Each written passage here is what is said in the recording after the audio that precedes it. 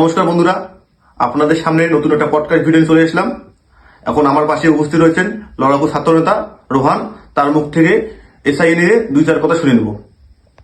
তো স্যার, আমার প্রশ্ন হলো, এসআই আসলে কি? এটা কি? পশ্চিমবঙ্গে নানা ভিডিওর মাধ্যমে দেখতেছি অনেক সাধারণ মানুষ অশান্তির মধ্যে আছে, ঘর বাড়ি ছাড়া, ঠিক আছে, বাংলাদেশে যাইতেছে। এটা আসল গুরুত্বটা কি, আর এর প্রভাবটা কি পড়বে একটা বাঙালি পাবলিকের উপর? আজকের যেটা মূল পয়েন্ট বলতে গেলে চলে, সেটা হলো হচ্ছে তোমার এসআইআর। এসআইআরটা কি? এসআইআরটা হলো হচ্ছে তোমার ভোটার শনাক্তকরণ করা। ভোটারটা কি? ভারতবর্ষের গণতন্ত্রে ভোটাধিকার একটা গুরুত্বপূর্ণ পার্ট। একদম। ভোটাধিকার ছাড়া কোনো সরকার গঠিত হবে না। সেই ক্ষেত্রে এসআইআরটা করার মূল লক্ষ্য হচ্ছে তোমার ভোটার অধিকার সংশোধন করা এবং ভুয়ো ভোটার শনাক্ত করা এবং মৃত ভোটার যারা আছে তাদেরকে শনাক্ত করে বাদ দেওয়া। তো এর প্রভাবটা এই দেখতেছি, এর প্রভাব অনেক রকম ভয়ঙ্কর হইতেছে। মানুষ ঘর বাড়ি ছাড়া কান্না করতেছে। এই বুথ থেকে 200 জনের নাম নেই, ঠিক আছে, মাথা একটা বুথে দেখলাম 200 জনের নাম নেই। এই মানুষগুলা বিডিওকে নালিশ করতেছে। তারপর যারা শাসক দল আছে তাদের নেতা মন্ত্রী বলতেছে যে বিএলওকে আটকায় দাও।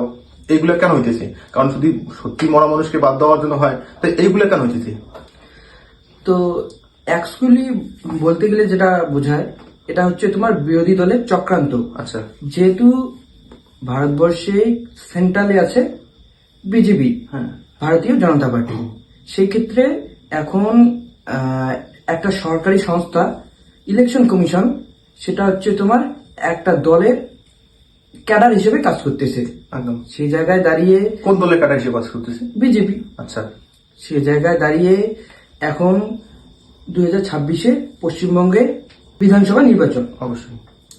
সেই জায়গায় পশ্চিমবঙ্গে যেহেতু 4-5 মাস আছে ইলেকশনের, আচ্ছা। সেই জায়গায় আজকে তোমার এই শর্ট টাইমের মধ্যে একটা এসআইআর নিয়ে একটা রাজনৈতিক দলকে ভেঙে দেওয়ার এবং ঘুরিয়ে দেওয়ার চক্রান্ত চলছে। আচ্ছা।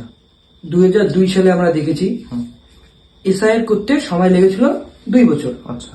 সে জায়গায় 2025-এ 2 মাসের মধ্যে কি করে এসআইআর সম্ভব?